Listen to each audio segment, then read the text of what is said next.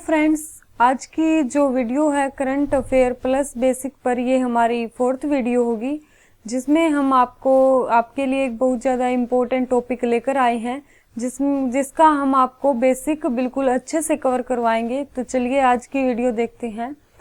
आधार कानून की समीक्षा याचिका खारिज, यानी ये करंट का इशू है जिसको हम आज करवाएंगे। चर्चा में क्यों, ये देखिए पहले। हाल ही में सर्वोच्च न्यायालय ने आधार अधिनियम 2016 की संवैधानिक वैधता को बरकरार रखने वाले 2018 के अपने फैसले की समीक्षा से संबंधित एक याचिका को खारिज कर दिया है। ये न्यूज में है। अब देखिए प्रमुख बिंदु। पृष्ठभूमि देखिए पहले। वर्ष 2018 में सर्वोच्च न्यायालय ने आधार प्रणाली को मान्यता देते हुए सरकारी कल्याण योजनाओं का लाभ प्राप्त करने वालों के लिए आधार नामांकन को अनिवार्य कर दिया था। यानी वर्ष 2018 में क्या कर दिया था, जो सरकारी कल्याण योजनाएं थी उनका लाभ प्राप्त करने वालों के लिए आधार नामांकन को अनिवार्य बता दिया था सुप्रीम कोर्ट ने भी। न्यायालय ने अपने निर्णय में संसद द्वारा आधार कानून को धन विधेयक के रूप में पारित करने की मंजूरी दे दी थी। ज्ञात हो कि धन विधेयक को राज्यसभा की मंजूरी की आवश्यकता नहीं होती। ये तो आपको पता ही होगा कि धन विधेयक को जो है राज्यसभा की मंजूरी की आवश्यकता नहीं होती। इसके पश्चात निर्णय के विरुद्ध समीक्षा याचिका दायर की गई थी। अब इससे संबंधित जुड़े मुद्दे देखते हैं पहले कुछ। इस मामले में प्राथमिक प्रश्न यह है कि क्या किसी विधेयक को अनुच्छेद 110(1) के तहत धन विधेयक के रूप में प्रमाणित करने का लोकसभा अध्यक्ष का निर्णय अंतिम और बाध्यकारी है अथवा न्यायिक समीक्षा के अधीन है। तो हम इसे जानेंगे। यदि यह निर्णय न्यायिक समीक्षा के अधीन है तो इस बात की समीक्षा की जाएगी कि क्या आधार अधिनियम 2016 को धन विधेयक के रूप में जो है सही ढंग से प्रमाणित किया गया था। अब देखिए न्यायालय का निर्णय, बहुमत का निर्णय। इस मामले की सुनवाई कर रही खंडपीठ के जो है अधिकांश न्यायाधीशों ने वर्ष 2018 के निर्णय की समीक्षा से संबंधित याचिका को खारिज कर दिया है और न्यायालय ने माना है कि जो रोजर मैथ्यू बनाम साउथ इंडियन बैंक लिमिटेड है वाद, न्यायालय द्वारा लिया गया निर्णय वर्ष 2018 के निर्णय पर पुनर्विचार के लिए पर्याप्त नहीं है।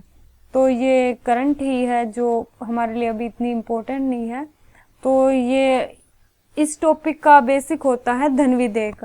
धन विधेयक है जो ये यहाँ करंट में दिया गया है, जो बेसिक ही है, लेकिन हम आपको यहाँ से नहीं करवाएंगे। इसे हम आपको एक अच्छी बेसिक बुक जो क्या है लक्ष्मीकांत, उससे लिया गया है, तो वहाँ से हम आपको ये टॉपिक कवर करवाएंगे। तो चलिए वहाँ से देखते हैं इसे। धन विधेयक।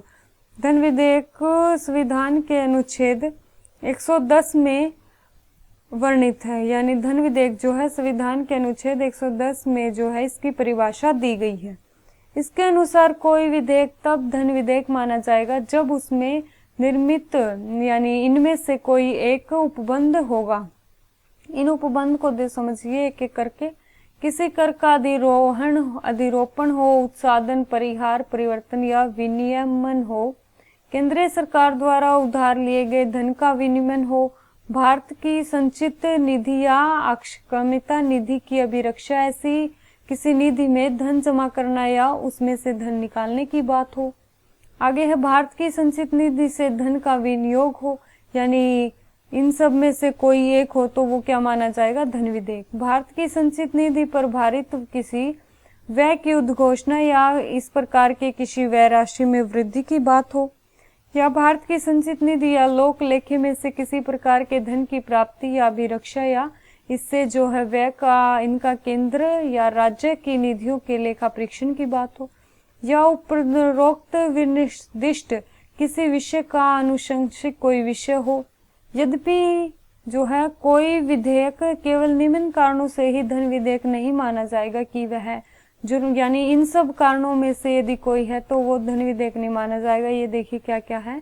जुर्माना या अन्य शक्तियों का अधिरोहण करता हो, या अनुज्ञप्तियों के लिए फीसों की या सेवाओं के लिए फीसों की मांग करता हो, किसी स्थानीय प्राधिकारी या निकाय द्वारा स्थानीय प्रायोजनों के किसी कर के अधिरोहण, उत्साहन, परिहार, परिवर्तन या विनियमन है जो उसका उपबंध करता हो। तो ये हमने पॉइंट देख लिया। अब देखिए आगे। धन विधेयक के संबंध में लोकसभा के अध्यक्ष का निर्णय ही अंतिम निर्णय होता है। धन विधेयक के संबंध में किसका निर्णय अंतिम निर्णय होता है? लोकसभा के अध्यक्ष का ही।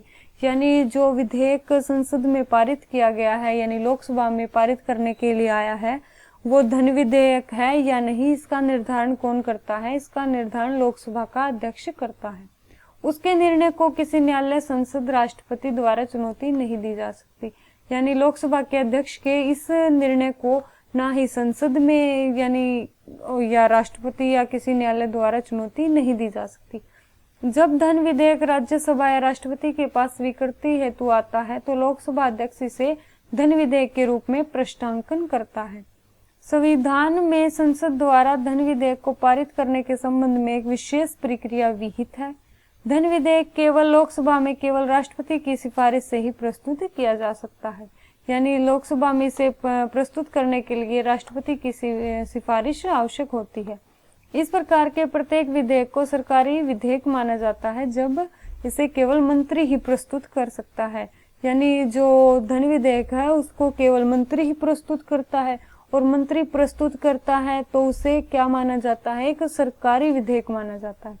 लोकसभा में पारित होने के उपरांत इसे राज्यसभा के विचारार्थ भेजा जाता है। जो धन विधेयक है वह लोकसभा में पारित होता है पहले, उसके बाद जो है इसे राज्यसभा में विचार के लिए भेजा जाता है। और राज्यसभा जो है इसमें कुछ यदि संशोधन करती है तो उस संशोधन को लोकसभा द्वारा मानना है या नहीं मानना, ये लोकसभा पर ही निर्भर करता है। यानी बाध्यकारी नहीं है कि राज्यसभा के संशोधन को माना जाए।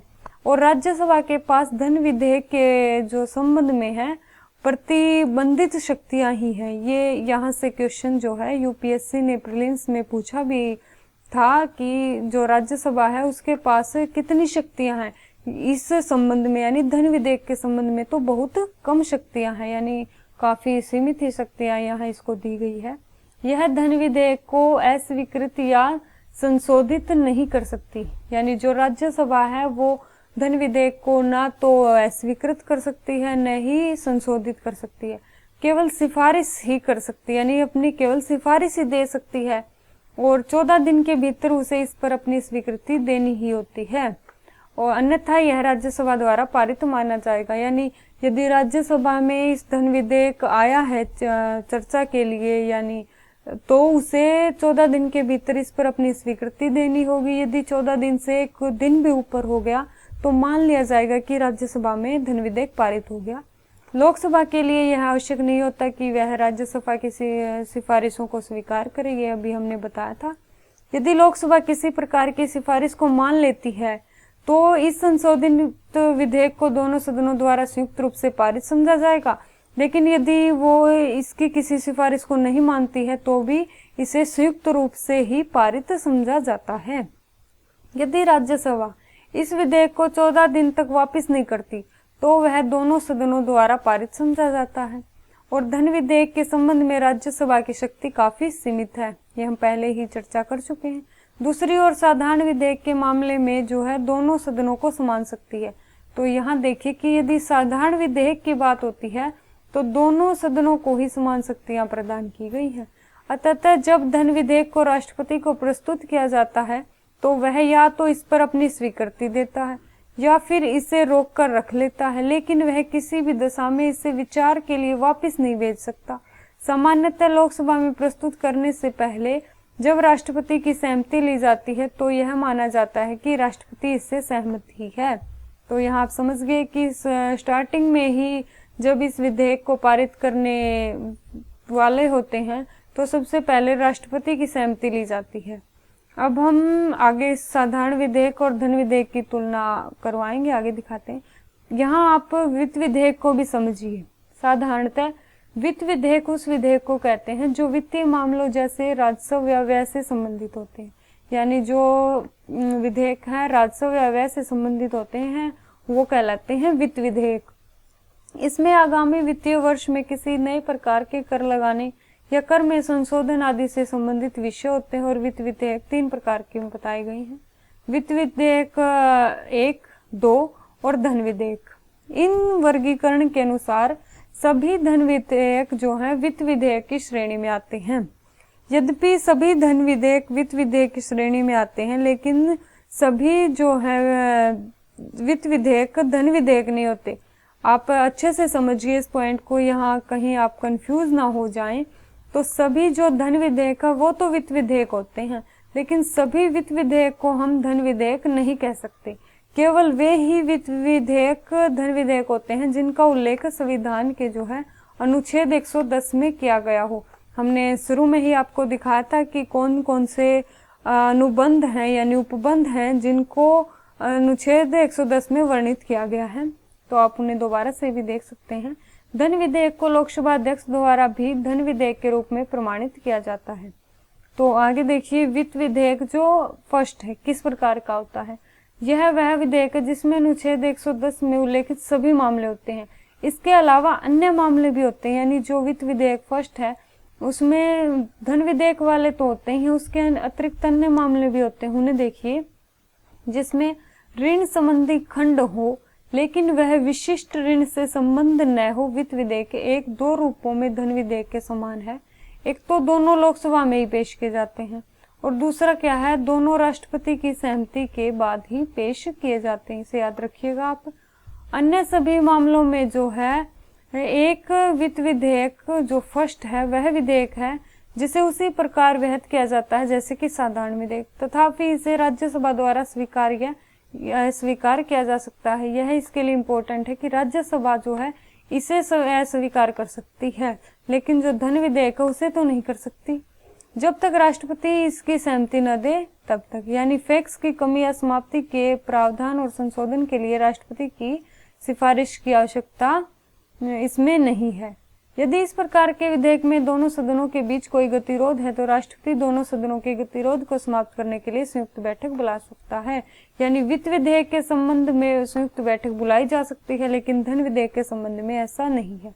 जब विधेयक राष्ट्रपति को प्रस्तुत किया जाता है तो वह या तो विधेयक को अपनी स्वीकृति दे सकते हैं या रोक सकते हैं, पुनर्विचार के लिए वापस भी कर सकते हैं। अब समझते हैं वित्त विधेयक जो सेकंड है में भारत की संचित निधि पर भारित व्यय संबंधी उपबंध होते हैं। यानी इसमें क्या होते हैं, जो भारत की जो संचित निधि पर भारित व्यय है संबंधी उपबंध होते हैं, लेकिन इसमें वह कोई मामला नहीं होता जिसका अनुच्छेद 110 है उसमें उल्लेख हो। इस पॉइंट को अच्छे से याद रखिए कि जो वित्त विधेयक सेकंड के प्रकार है उसमें जो अनुच्छेद 110 है उससे संबंधित कोई मामला नहीं होता, लेकिन संचित निधि पर भारित व्यय संबंधी उपबंध इसमें होते हैं, और जो है इसे साधारण विधेयक की तरह ही पारित किया जाता है। इसके लिए भी वही प्रक्रिया है जो साधारण विधेयक के लिए है, यानी साधारण विधेयक वाली प्रक्रिया ही वित्त विधेयक के लिए है।